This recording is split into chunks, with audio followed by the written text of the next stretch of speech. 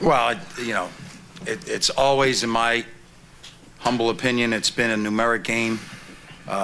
Whether you are at the top, middle of the league, bottom of the league, it's a numeric game. And we're sitting here going home, losing a game where we gave up 40% field goal. That's good defense. But the offensive numbers, we just didn't have it. And I just told them, I apologize to the team. We should have had more. We actually spent our time working on offense Monday and Tuesday, but we didn't have it. The not lack of trying. In some ways it was a very good defense, and we missed some tight shots and got tighter, and the rim got smaller on us. So we got to walk out together, because we walked in together and started in September together. And it's unfortunate. It's the toughest day of the year is tomorrow for a head coach, because you want to believe that you can fix everything if you just have one more day, and now we don't have one more day. I appreciate their efforts, and look forward to watching a great tournament over the weekend. DeAndre, what was it about the way you were shooting the ball tonight that you never really got going? You got some open looks, but they just weren't falling. Yeah, I was making it very difficult for myself. A lot of leanings, floaters, a lot of fadeaway jump shots, but I didn't really get my legs under me on most of them, and a lot of them was contested as well. So I just made it very difficult for myself. Other questions for the student athletes? Anyone? All right, guys. Thank you very much. All right, questions for Coach Martelli?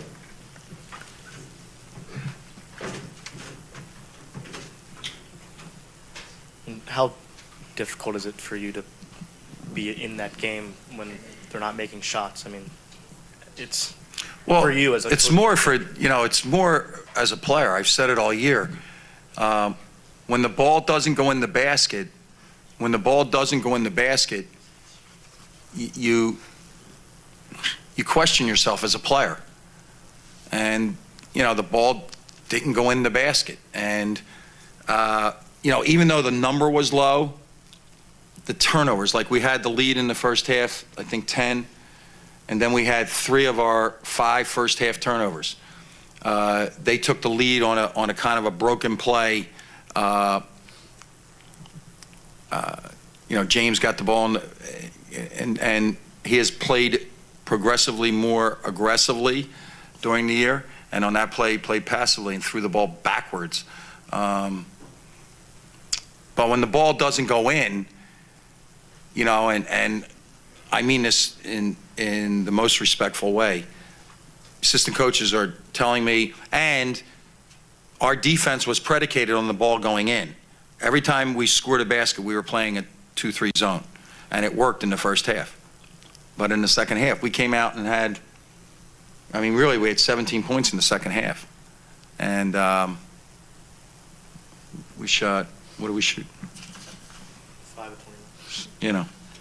It's hard. It's hard, but I still should have done more for them. Maybe called a different set. It's a hard game when the ball does not go in the basket. Phil, obviously this is not the note that Chris or you probably wanted his career to end on, but can you just reflect a little bit about his time at St. Joe's? Yeah, he's going to graduate in May. He went to 3 postseasons. He's got a championship ring. And I just said to him, the highest of the highs, we were in the same locker room that we went when we played last year in the championship game. You had the highest of the highs and now the lowest of the lows. And he's not going to be judged on this game. Obviously this is not a very good game for him. But, we have all over our locker room and on our boards to act like a champion.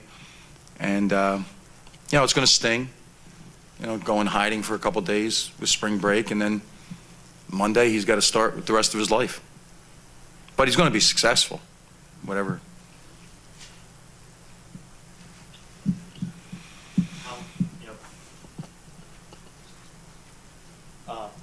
you guys made I think two shots in the last 10 minutes. Was there anything they were doing specifically defensively that changed the game in the second half for you guys? You guys No, I just think that the basket got smaller. I mean, to begin the second half, we had a nice flow, and we missed 2 layups. I missed a foul shot before the first media timeout, and there was a little angst. There was certainly angst, and one of the things we talked about is we've been in that situation. I mean, up at Bonaventure, same game. We had the lead. At Duquesne, we had the lead. I could rattle these games off. At LaSalle, we had the lead at half. So you got to look at, you judge, take everything into account. But tonight it was that stretch right away in the start of the second half. And the looks, some of the looks were hurried. I thought DeAndre hurried tonight. And some of the looks were good. But if you shoot a ball in this game and don't think it's going in, it's not going in. And I think that you could tell by body language and facial expressions that we were shooting, hoping to make it, not thinking it was going in. Phil, obviously the field goal percentage numbers were probably the biggest reason why this game wasn't successful, but do you think Javon's early foul trouble and then Jai's, 4 first half fouls had any impact in the game? No. I mean, Jai played how many minutes? 13? We're not going to get many more than 13 over a 40-minute stretch. And Javon in the second half didn't have fouls. No, the refereeing didn't have anything to do with it. Their number of foul shots didn't have anything to do with it. Plain and simple offense. Plain and simple. Anybody else?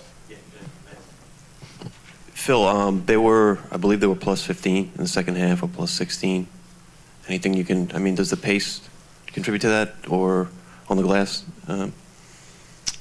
No, I don't think the pace did. We're going to look at it because, like I was just saying, we've had a number of games like this. I think more mental than anything else. And then I'll go back and say, okay, so today we did a walkthrough in the hotel. Was that too much? Should I have them off their feet more? Everything's in play. Everything is in the conversation. But they played downhill, and we played sideways really in the second half. Thank you. Thank you. Thank you. Appreciate it. Thank you.